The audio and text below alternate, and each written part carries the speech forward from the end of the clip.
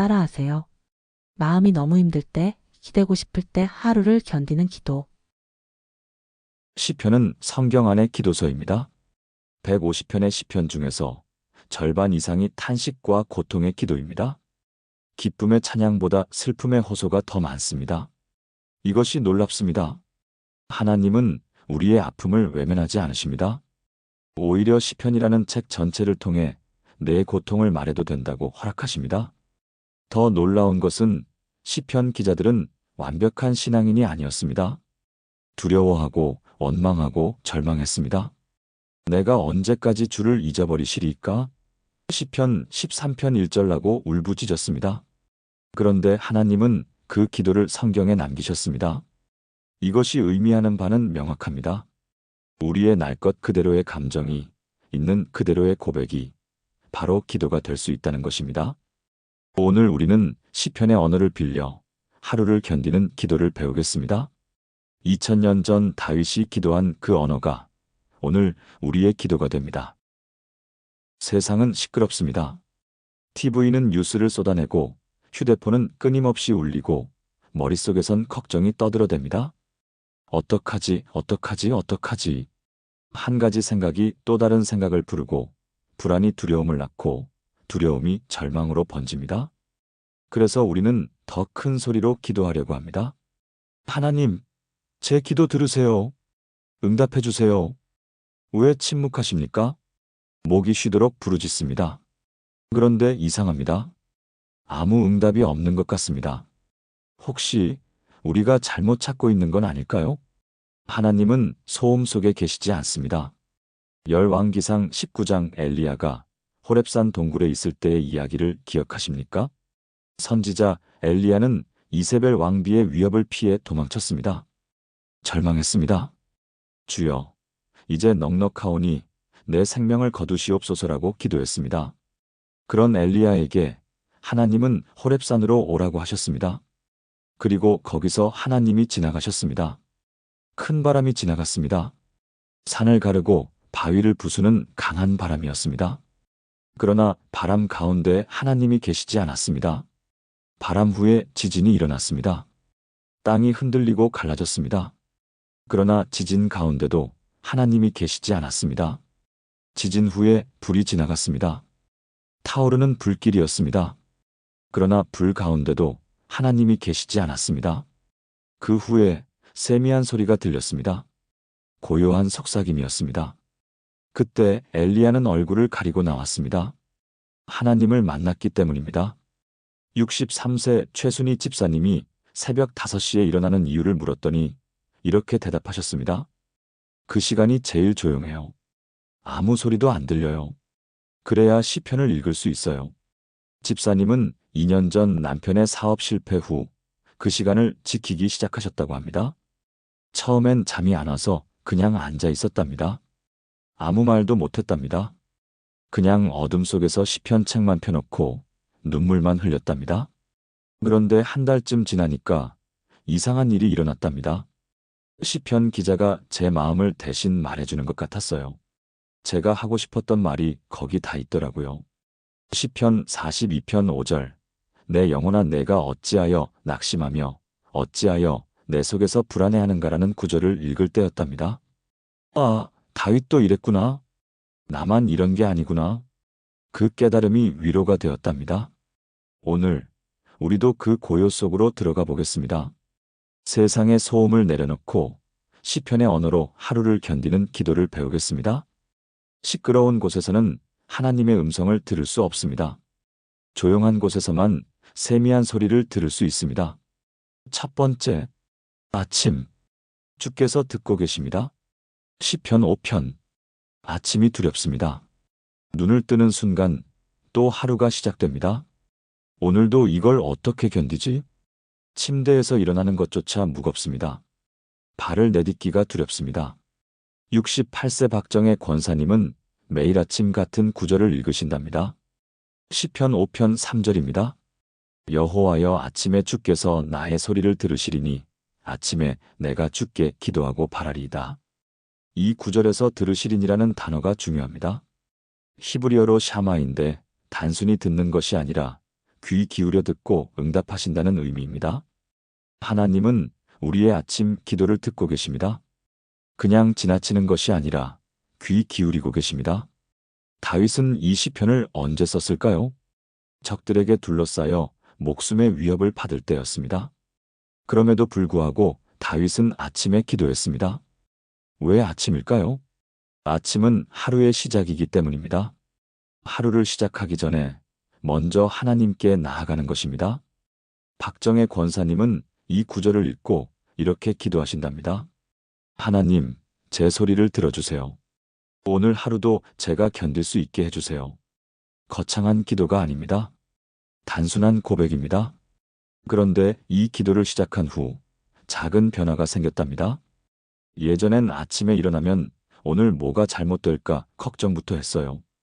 근데 요즘은 하나님이 듣고 계시네 이 생각이 먼저 들어요. 2달 정도 지나니까 아침에 일어나는 게 조금씩 가벼워졌답니다. 여전히 어려운 일들은 있었습니다. 경제적 어려움도 자녀 문제도 그대로였습니다. 하지만 혼자가 아니다라는 확신이 생겼답니다. 사랑하는 여러분, 지금 저와 함께 이렇게 기도해 보시겠습니까? 여호와 하나님, 오늘 아침 제 소리를 들어주셔서 감사합니다. 주께서 귀 기울여 듣고 계심을 믿습니다. 오늘 하루 제가 주님 앞에 기도하고 바라봅니다. 주님만이 제 피난처이시고 주님만이 제 방패이십니다. 혼자가 아니라는 것을 기억하며 오늘 하루를 시작하게 하소서. 예수님의 이름으로 기도합니다. 아멘. 이 기도를 매일 아침 고백해 보세요. 주님이 듣고 계십니다. 2번째, 낮. 주는 나의 목자시니. 시편 23편. 낮이 되면 현실이 밀려옵니다. 해야 할 일, 만나야 할 사람, 해결해야 할 문제. 숨이 막힙니다. 이걸 어떻게 다 하지? 2손으로 얼굴을 감싸게 됩니다. 71세 김순자 집사님은 낮 시간이 제일 힘들다고 하셨습니다. 혼자 집에 있으면 외로움이 몰려온답니다. 텔레비전을 켜도 책을 펴도 마음이 허전하답니다. 그럴 때마다 집사님이 읽는 구절이 있습니다. 시편 23편 1절입니다. 여호와는 나의 목자시니 내게 부족함이 없으리로다. 이 구절의 핵심은 목자입니다. 히브리어로 로에인데 양을 돌보는 목자를 뜻합니다. 목자는 양을 혼자 두지 않습니다. 목자는 양이 길을 잃으면 찾아갑니다. 목자는 양이 다치면 싸매줍니다. 목자는 양을 위해 목숨을 겁니다. 다윗은 목자였습니다. 어렸을 때 양을 치며 자랐습니다. 그래서 다윗은 알았습니다. 목자가 없는 양은 살 수 없다는 것을. 그리고 다윗은 고백했습니다. 여호와는 나의 목자시니 내 목자, 나를 돌보시는 분, 나를 인도하시는 분. 김순자 집사님은 낮에 외로움이 몰려올 때마다 이 구절을 소리내어 읽으신답니다. 여호와는 나의 목자시니 내게 부족함이 없으리로다. 1번, 2번, 3번. 처음엔 그냥 글자만 읽는 것 같았답니다. 그런데 10번쯤 읽으니까 마음에 무언가가 채워지는 느낌이 들었답니다. 아, 내가 혼자가 아니구나. 주님이 목자시구나. 1달 정도 이렇게 하니까 외로움이 조금씩 줄어들기 시작했답니다. 여전히 혼자 사는 건 똑같았습니다. 자녀들도 바빠서 자주 못 왔습니다. 하지만 부족함이 없다는 고백이 진짜가 되어가고 있었답니다. 내게 필요한 건 많은 사람이 아니라 한 분의 목자구나. 사랑하는 여러분, 지금 저와 함께 이렇게 기도해 보시겠습니까? 여호와 하나님, 주는 나의 목자이십니다. 주께서 나를 돌보시고 나를 인도하십니다. 혼자라고 느껴질 때, 외롭다고 느껴질 때 주께서 함께 계심을 기억하게 하소서. 내게 부족함이 없게 하시는 주님을 신뢰합니다. 푸른 풀밭으로 쉴 만한 물가로 나를 인도하소서. 예수님의 이름으로 기도합니다. 아멘. 이 기도를 낮 시간에 고백해 보세요. 주님이 당신의 목자이십니다. 3번째, 저녁. 주께 맡기고 잠들 수 있습니다. 시편 4편. 저녁이 되면 피곤이 몰려옵니다. 하루를 살아낸 몸이 무겁습니다. 그런데 더 무거운 건 마음입니다. 오늘도 이렇게 하루가 갔네. 내일은 어떻게 하지? 걱정이 잠을 방해합니다. 66세 이영애 권사님은 밤에 잠을 잘 못 주무셨답니다. 누우면 생각이 많아진답니다. 자녀 걱정, 경제 걱정, 건강 걱정. 새벽 2시, 3시까지 뒤척이셨답니다. 그러다 아침이 되면 온몸이 아프고 하루 종일 피곤하셨답니다. 그런 권사님에게 한 목사님이 시편 4편 8절을 알려주셨습니다. 내가 평안히 눕고 자기도 하리니 나를 안전히 살게 하시는 이는 오직 여호와이시니이다. 이 구절의 핵심은 평안입니다. 히브리어로 샬롬인데 단순히 조용함이 아니라 온전함, 안전함, 걱정 없음을 뜻합니다. 다윗은 어떻게 평안히 잘 수 있었을까요? 나를 안전히 살게 하시는 이는 오직 여호와라고 고백했기 때문입니다. 내 능력이 아니라 하나님의 보호하심을 믿었기 때문입니다. 내 일을 내 손에 쥐려고 하지 않고 하나님께 맡겼기 때문입니다. 이영애 권사님은 자기 전에 이 구절을 읽고 기도하기 시작하셨답니다. 하나님, 오늘 하루를 주셔서 감사합니다. 내일도 주께서 지켜주실 것을 믿고 잠듭니다. 처음 며칠은 여전히 잠이 안 왔답니다. 걱정이 사라지지 않았답니다. 그런데 일주일쯤 지나니까 조금씩 변화가 생겼답니다. 뒤척이는 시간이 30분 정도 줄어들었답니다. 한 달쯤 지나니까 새벽 1시쯤엔 잠들 수 있게 되었답니다. 여전히 걱정은 있었습니다. 해결된 문제는 하나도 없었습니다. 하지만 하나님께 맡긴다는 것이 무슨 뜻인지 조금씩 알게 되었답니다. 내가 걱정한다고 해결되는 게 아니구나. 하나님이 하실 일이구나.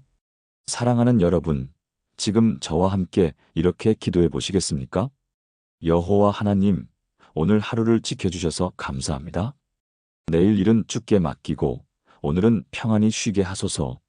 나를 안전히 살게 하시는 이는 오직 주님이심을 믿습니다. 걱정을 내려놓고 주의 품에서 편히 잠들게 하소서. 예수님의 이름으로 기도합니다. 아멘. 이 기도를 자기 전에 고백해 보세요. 주님께 맡기고 잠들 수 있습니다. 네 번째, 두려울 때 여호와가 나와 함께 하시니. 시편 23편 4절. 살다 보면 두려운 순간이 찾아옵니다. 병원 진료 결과를 기다릴 때, 통장 잔고를 확인할 때, 자녀에게서 나쁜 소식이 왔을 때, 심장이 쿵쾅거립니다. 숨이 막힙니다. 73세 조영숙 집사님은 작년에 건강검진에서 이상 소견이 나왔습니다. 정밀 검사를 받아야 한다는 통보였습니다. 그날 밤 집사님은 잠을 한숨도 못 주무셨답니다. 암이면 어떡하지? 수술해야 하면 어떡하지? 두려움이 온몸을 짓눌렀답니다. 그 다음 날 아침 집사님은 시편 23편 4절을 읽었습니다. 내가 사망의 음침한 골짜기로 다닐지라도 해를 두려워하지 않을 것은 주께서 나와 함께 하심이라. 주의 지팡이와 막대기가 나를 안위하시나이다. 이 구절의 핵심은 주께서 나와 함께 하심이라입니다. 히브리어로 아타 임마디인데 당신이 나와 함께라는 뜻입니다. 다윗은 사망의 골짜기를 걷고 있었습니다. 앞이 보이지 않는 어둠이었습니다. 언제 적이 나타날지, 언제 죽을지 모르는 상황이었습니다. 그런데 다윗은 두려워하지 않았습니다. 왜일까요? 주께서 나와 함께 하심이라. 혼자가 아니었기 때문입니다. 조영숙 집사님은 이 구절을 수십 번 읽으셨답니다. 주께서 나와 함께 하심이라.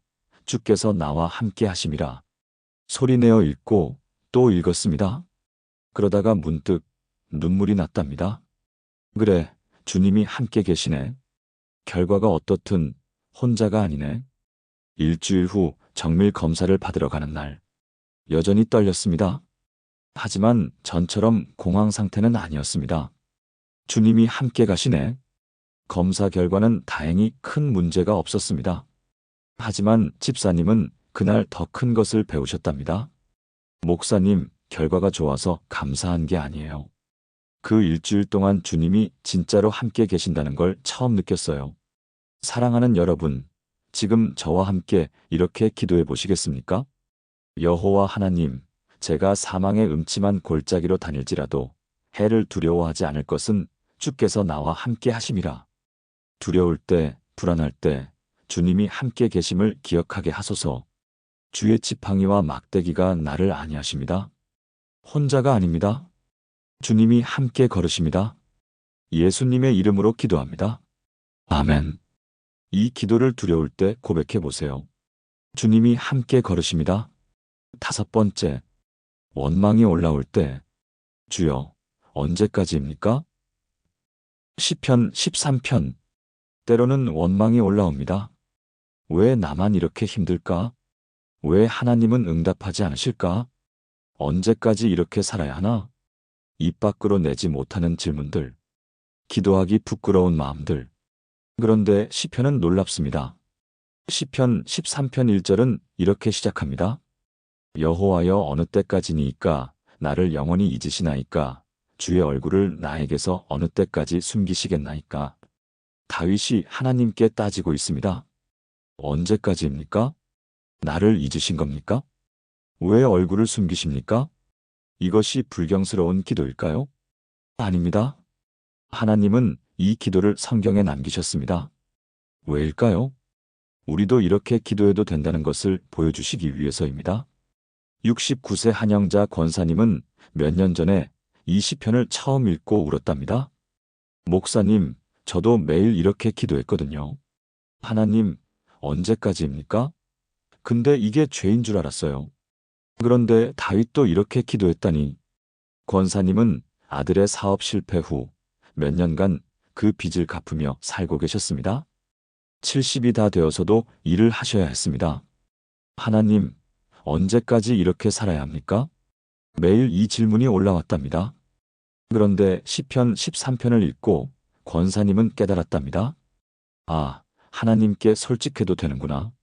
내 마음을 숨기지 않아도 되는구나.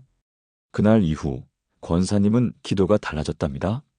하나님 힘듭니다. 언제까지입니까? 솔직히 원망스럽습니다. 있는 그대로 고백했습니다.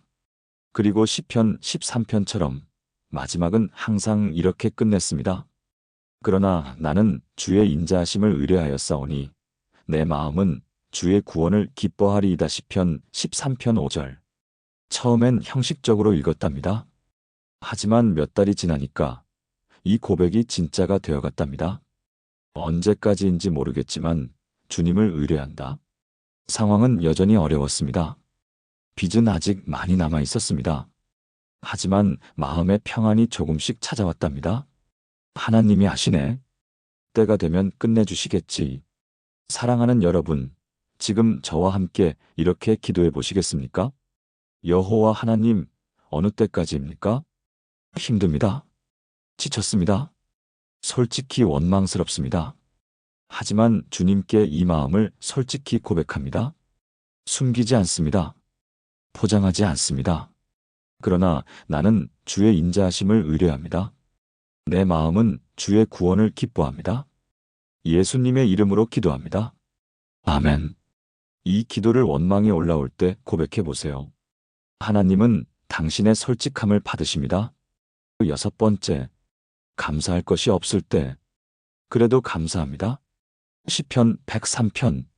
어떤 날은 감사할 것이 없습니다.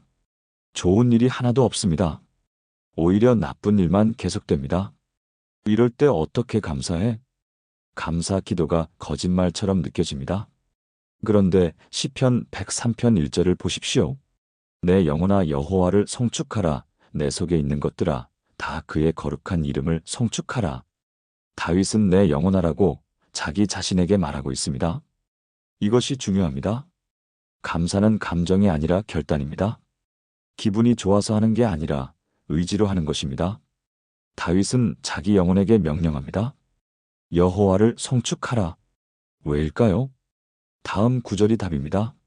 내 영혼아 여호와를 송축하며 그의 모든 은택을 잊지 말지어다. 시편 103편 2절. 잊지 말라. 우리는 은혜를 쉽게 잊어버립니다. 어제 받은 은혜도, 지난주 받은 은혜도, 작년에 받은 은혜도 잊어버립니다. 그래서 다윗은 자기 자신에게 상기시킵니다. 65세 정미숙 집사님은 작년에 힘든 시간을 보내셨습니다. 건강도 안 좋아지고 경제적으로도 어려움이 있었습니다. 그때 집사님이 시작한 것이 감사 노트였습니다. 매일 저녁 단 한 가지라도 감사한 것을 적는 것이었습니다. 처음엔 정말 어려웠답니다. 오늘 뭐가 감사하지? 생각이 안 났답니다. 그런데 시편 103편 2절을 읽고 집사님은 다짐하셨답니다. 그래, 잊지 말자. 작은 것이라도 찾아보자. 첫날 노트에 이렇게 적으셨답니다. 오늘 아침 밥을 먹을 수 있어서 감사합니다. 너무 평범한 것이었습니다. 하지만 적고 나니까 생각이 들었답니다. 맞다, 이것도 은혜네. 한 달이 지나니까 노트에 쓸 것이 점점 많아졌답니다. 오늘 이웃이 반찬을 나눠줘서 감사합니다. 오늘 비가 와서 시원해서 감사합니다. 오늘 큰 아픔 없이 하루를 보내서 감사합니다. 3달이 지나니까 마음이 달라지기 시작했답니다. 여전히 어려운 일은 많았습니다. 하지만 감사할 게 없다는 생각은 사라졌답니다. 아, 내가 은혜를 못 본 거였구나. 은혜는 늘 있었구나. 사랑하는 여러분, 지금 저와 함께 이렇게 기도해 보시겠습니까? 여호와 하나님, 내 영혼아 여호와를 송축하라. 오늘 하루도 주신 모든 은택을 잊지 않게 하소서. 작은 것 하나라도 감사할 수 있는 눈을 주소서. 감사는 감정이 아니라 결단임을 기억하게 하소서. 주께서 베푸신 모든 은혜를 세어보며 감사로 하루를 마치게 하소서. 예수님의 이름으로 기도합니다. 아멘. 이 기도를 저녁에 고백해 보세요. 감사할 것이 보이기 시작합니다. 7번째, 내일이 두려울 때 주께서 인도하십니다.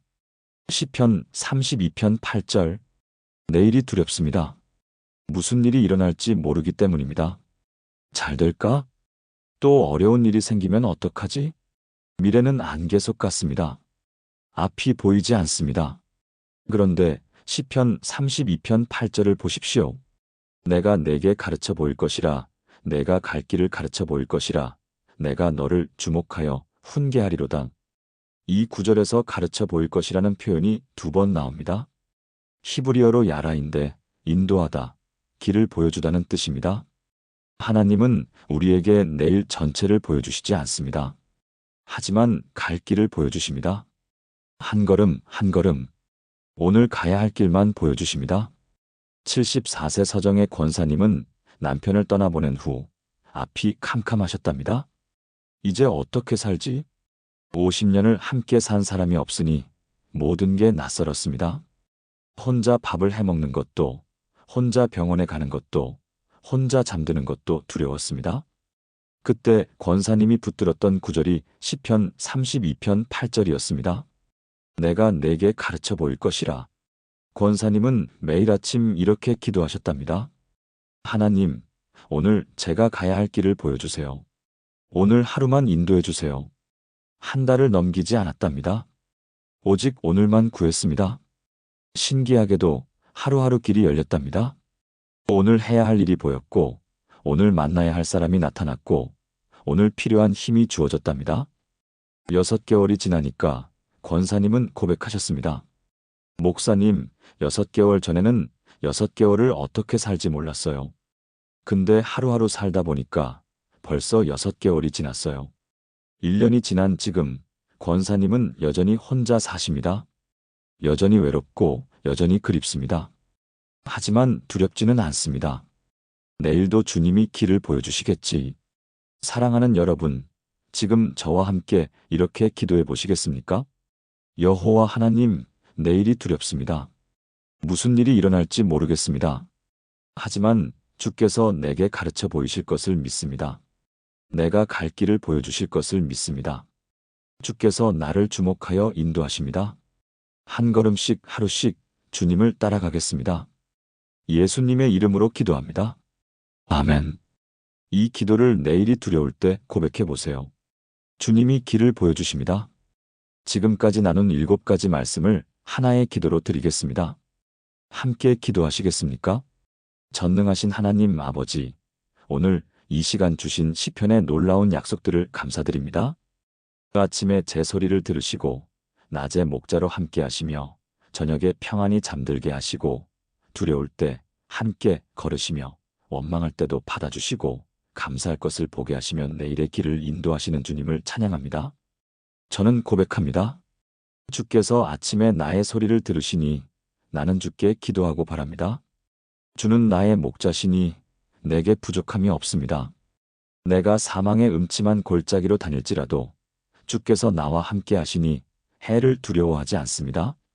어느 때까지입니까? 라고 묻지만 나는 주의 인자하심을 의뢰합니다.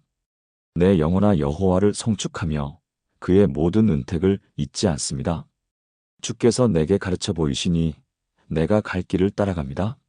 오늘부터 저와 제 가족이 매일 이 시편의 언어로 하루를 견디게 하소서. 이 말씀이 우리 집의 기도가 되게 하시고 우리 삶의 고백이 되게 하소서.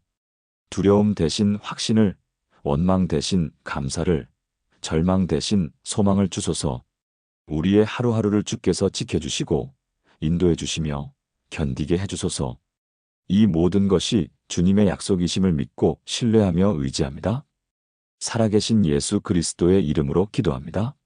아멘. 사랑하는 여러분, 오늘 우리는 하루를 견디는 7가지 기도를 나누었습니다. 시편의 언어를 빌려 우리의 기도로 만들었습니다. 첫째, 아침에는 주께서 듣고 계십니다를 고백하십시오. 둘째, 낮에는 주는 나의 목자시니를 선포하십시오. 셋째, 저녁에는 주께 맡기고 잠듭니다를 신뢰하십시오. 넷째, 두려울 때는 여호와가 나와 함께 하시니를 기억하십시오. 다섯째, 원망이 올라올 때는 주여, 언제까지입니까? 라고 솔직히 고백하십시오. 여섯째, 감사할 것이 없을 때는 그래도 감사합니다를 결단하십시오. 일곱째, 내일이 두려울 때는 주께서 인도하십니다를 믿으십시오. 이것이 전부입니다. 거창한 기도가 아닙니다. 화려한 언어가 아닙니다. 다만 시편 기자들이 3000년 전에 기도했던 그 언어로 우리도 오늘 기도하는 것입니다. 그 기도가 그들의 하루를 견디게 했다면 우리의 하루도 견디게 할 것입니다. 오늘부터 시작해 보십시오. 아침에 일어나면 시편 5편 3절을 읽으십시오. 낮에 외로우면 시편 23편 1절을 읽으십시오. 저녁에 잠들기 전에 시편 4편 8절을 읽으십시오. 하루하루 한 구절씩 당신의 기도로 만드십시오. 이 영상이 도움이 되셨다면 좋아요와 구독 부탁드립니다. 댓글로 여러분의 기도 제목도 나눠주세요. 함께 기도하겠습니다. 여러분의 하루를 주님이 견디게 하실 것입니다. 주님의 은혜와 평강이 여러분과 함께 하시기를 축복합니다. 오늘의 성경 한 구절 묵상입니다. 요즘은 기대보다 걱정이 먼저 떠오르고 내일을 생각하면 마음이 조용히 무거워질 때가 있습니다.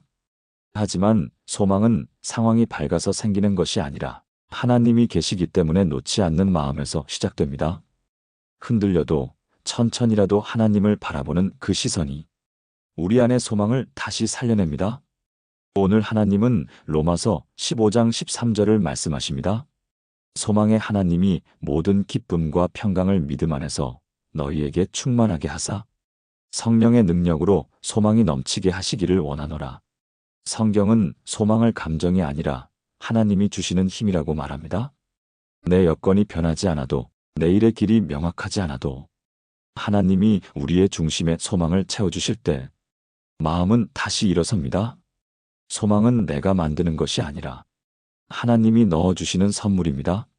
오늘의 적용은 아주 단순합니다. 하나님, 제 안에 소망을 다시 채워주옵소서. 이 기도를 짧게 올려드리면 불안하던 마음 사이로 조용하고 부드러운 평안이 스며들 것입니다. 결국 소망의 하나님을 바라보는 사람이 오늘의 힘을 얻고 내일의 길을 걷게 됩니다. 그 소망이 오늘 당신의 마음을 따뜻하게 채우길 바랍니다.